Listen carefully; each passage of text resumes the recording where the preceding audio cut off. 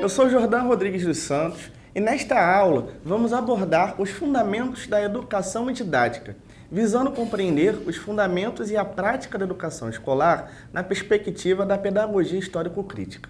Para tal, contamos com a presença do professor Livaldo Teixeira da Silva, pedagogo do Instituto de Aplicação da UERJ, especialista em orientação, supervisão e administração escolar e mestre em educação profissional em saúde. Seja bem-vindo, professor. Obrigado, professor Jordão. Obrigado aos estudantes que participam dessa aula. Fico muito grato pelo convite e é isso. Então, dando continuidade, vamos iniciar questionando quais os fundamentos da educação escolar e como estes são articulados na perspectiva da pedagogia histórico-crítica. Bem, primeiramente é necessário entender que a pedagogia ela é uma ciência, mas uma ciência que não está isolada de outras áreas, disciplinas do saber. A pedagogia ela vai beber da história, da filosofia, da sociologia, da própria economia, da política. E aí surgem os fundamentos da educação, que são os fundamentos psicológicos, sociológicos dessas ciências que eu já falei.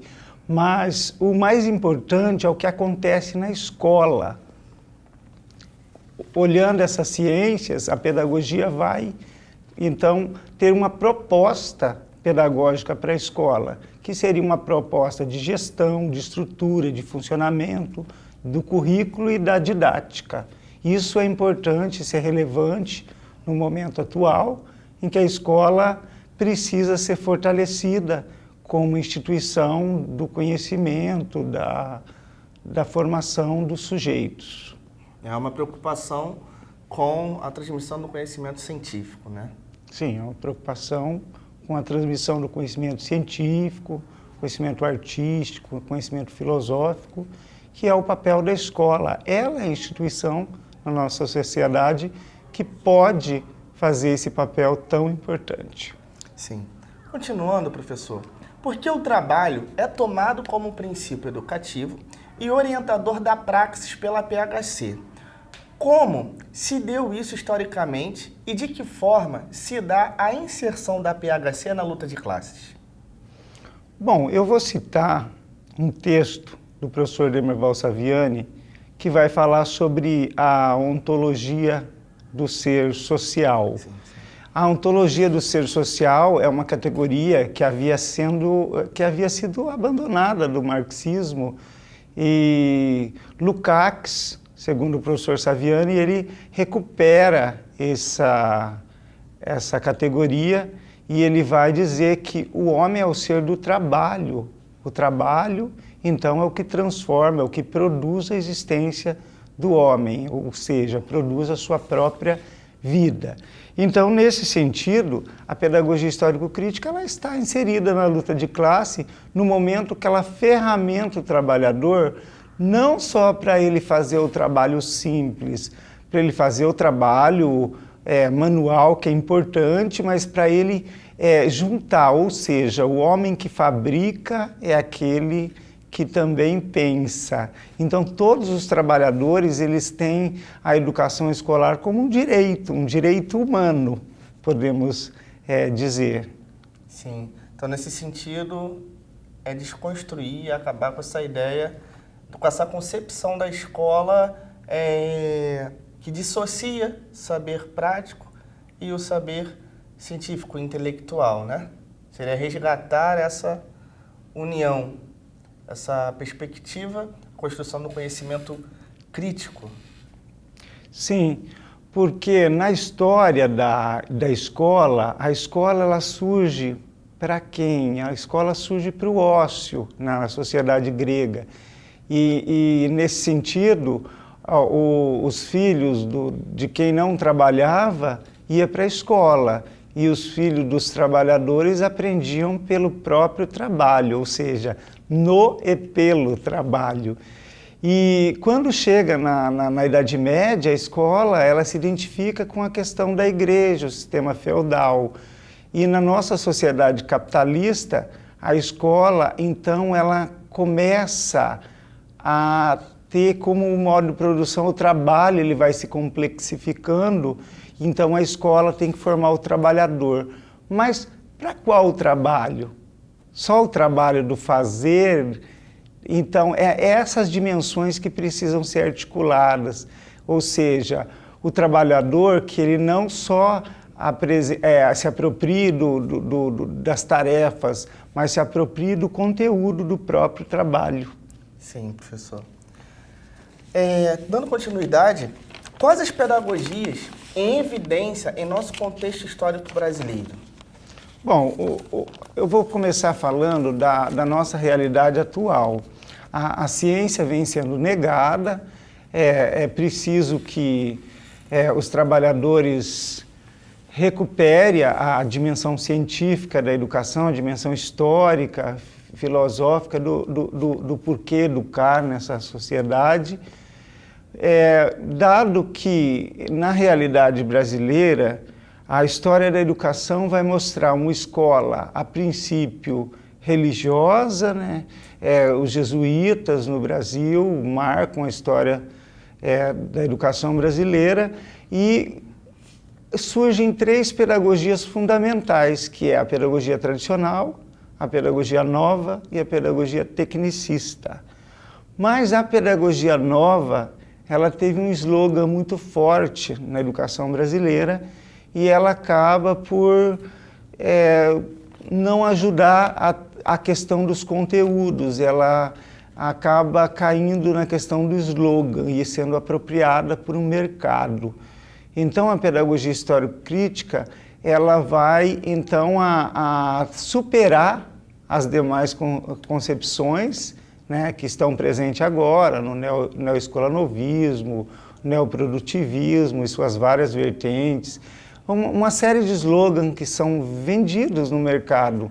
E a pedagogia histórico-crítica, então, ela tem esse papel de dar a inteireza à educação, ou seja, uma ciência que leva em consideração outras ciências, mas que também tem a sua própria pesquisa, a sua área do saber. Nesse sentido, não se admite a formação do professor não pesquisador. O professor é pesquisador na perspectiva da pedagogia histórico-crítica. Nesse sentido, nós vamos entrar no âmbito de que a pedagogia ela possui uma ciência, né? Ela é uma ciência. E que existem pedagogias sobre a educação e pedagogias da educação. Seria mais ou menos esse o caminho? É isso que o autor está apontando? Eu citei agora a pedagogia tradicional, a nova, a pedagogia tecnicista, mas essas são pedagogias que são liberais, que estão na história da educação brasileira e têm proposta pedagógica. Essas pedagogias elas têm proposta pedagógica. Embora o professor Demerval Saviani vai chamá-las de não críticas e o professor Libânio vai chamá-las de liberais. Só que tem mais a questão das teorias da educação. Porque essas teorias, elas tinham uma pedagogia, porque elas tinham uma proposta para a realidade, para a educação. E aí entra a década de 60, as pedagogias ou seja, as teorias crítico-reprodutivistas. Essas teorias crítico-reprodutivistas, elas não tinham, então, a proposta pedagógica. E, nesse sentido, elas não podem ser consideradas pedagogias, mas sim teorias da educação, teorias sobre educação, né? Não seria teorias da educação, porque para ser teoria da educação teria que ser vindo do próprio seio da educação. E essas teorias, elas agregam a educação, valorizam, né, contribuem, mas elas não têm esse papel. Sim. Nesse sentido, qual é a relação entre a pedagogia histórico-crítica de Demerval Saviani e a teoria histórico-cultural da Escola de Vygotsky? Então, essa aproximação ela é bastante necessária a ser feita, porque tanto na expressão pedagógica do Demerval Saviani, que é a pedagogia histórico-crítica, quanto a teoria histórico-cultural da psicologia vigotskiana, Vygotsky e o seu círculo, elas comungam de uma mesma base, que é o materialismo histórico dialético. Então é importante, toda vez que for ver quais são os fundamentos da educação escolar, então o fundamento psicológico da educação escolar é a teoria histórico-cultural, né, a psicologia de Vygotsky. Sim. E por que é importante instrumentalizar os profissionais da educação básica e superior para uma atuação didática condizente com as características de seus cursos, turmas e estudantes?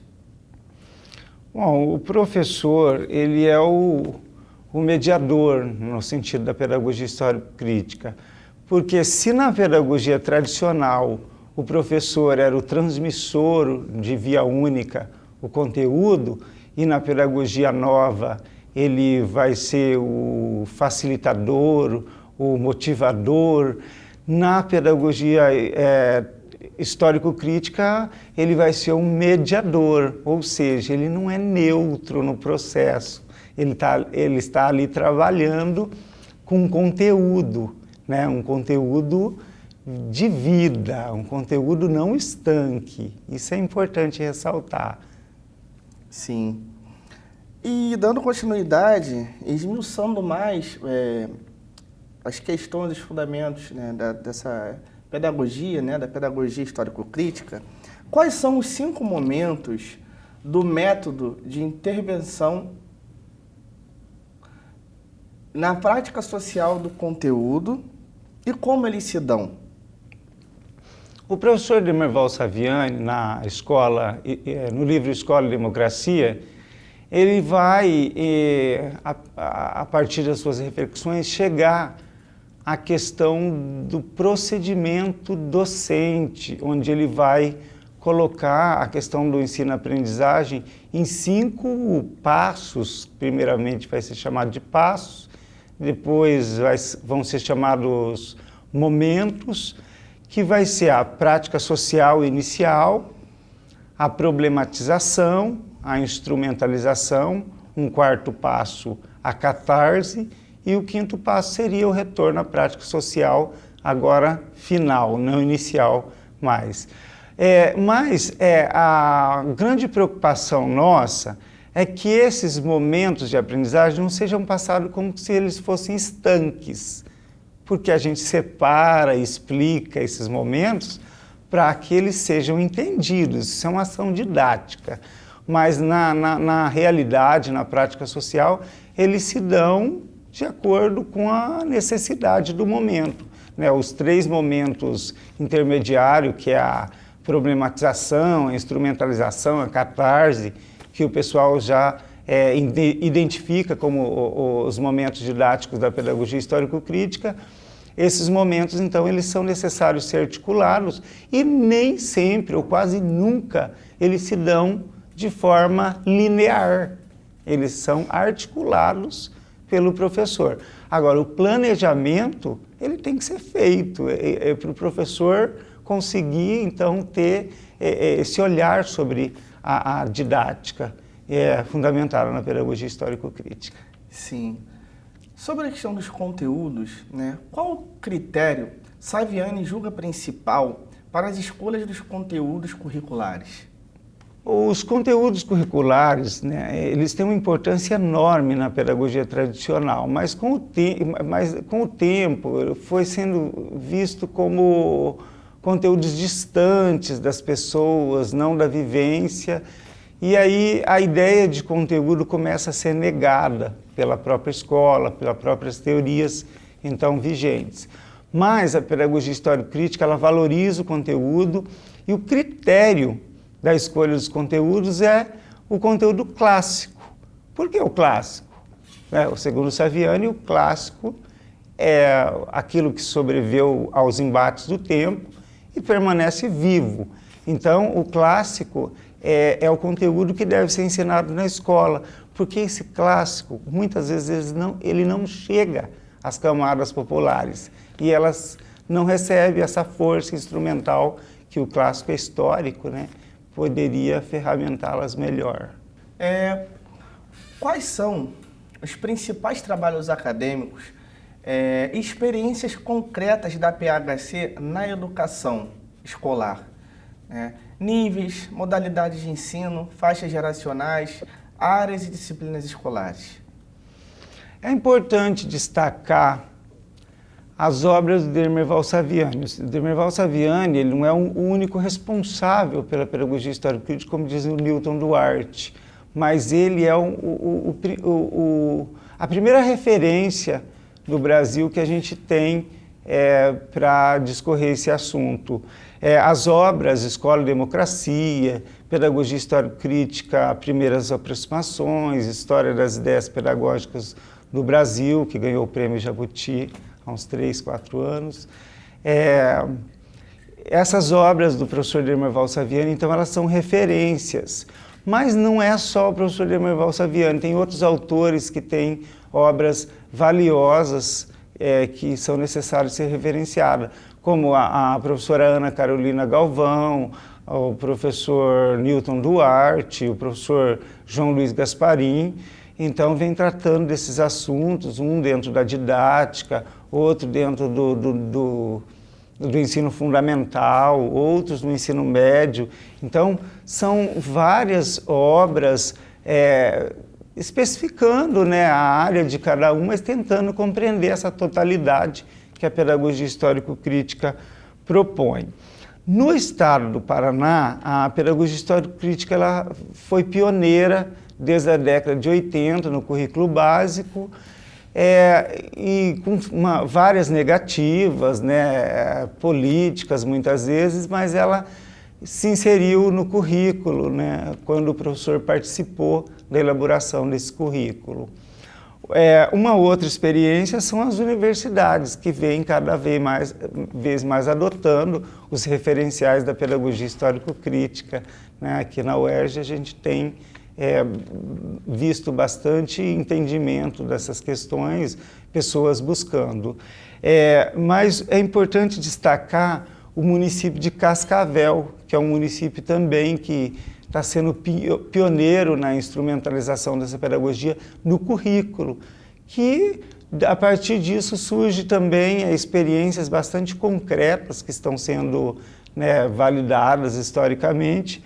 E nós aqui na UERJ já estamos com o projeto Pedagogia Histórico-Crítica na Educação Escolar há uns 3 anos, e isso tem sido muito importante, né, para ferramentar os trabalhadores da educação para a luta pela educação que emancipa, para um currículo, para uma didática coerente, então, com uma visão de mundo melhor. A pedagogia histórico-crítica está aí para contribuir com essa sociedade. Sim, professor Livaldo. Então, em nome de toda a equipe, agradeço a gentileza de ter participado do nosso curso. Muito obrigado. Sou eu que agradeço. Muito obrigado.